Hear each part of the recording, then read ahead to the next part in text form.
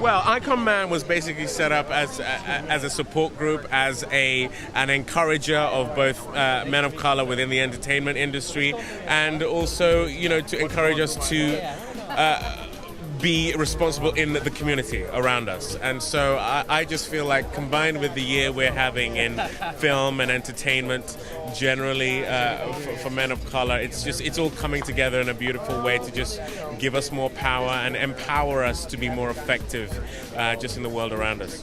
What would you say to Tamara Houston if you could say something to her? Well, to both Tamara Houston and Adrian Alexander, these are incredible. They are icon women.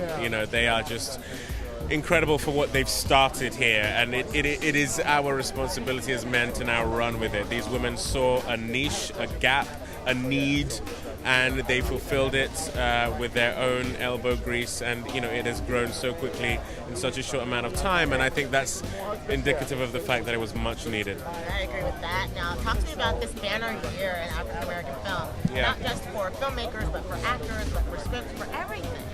Yeah, it is indeed a banner year, but what we have to be careful of is that it's not a blip. It's not a moment in time that we then don't see again for another 15 years. And I think the way we do that is we take responsibility for telling our own stories. We do not rely on studios. We do not rely on others to do it for us. Films are now cheaper to make.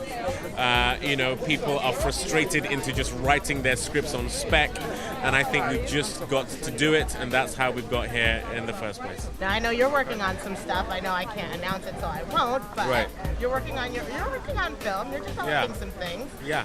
Is that sort of out of your desire to see things made? Is it out of your anger? Was it out of your artistic, ingenuity? Talk to me. Well, I mean, the film I'm about to do next is a film called Selma, and Ava DuVernay and I did a tiny film 2 years ago called Middle of Nowhere, which we made for $200,000, and that is a case in point. She just got up out of her chair and did it, and people recognized it, and now we're being afforded a much bigger platform to tell a much bigger story with a lot more money, and it is actually going to be told within the studio space, and so that's exactly what I mean. So yes, I am very motivated to get our stories told. I'm not going to wait for a studio to help us, but when you do the work, they will come, and I mean that both in terms of the money and the audience, and that's what we're seeing now.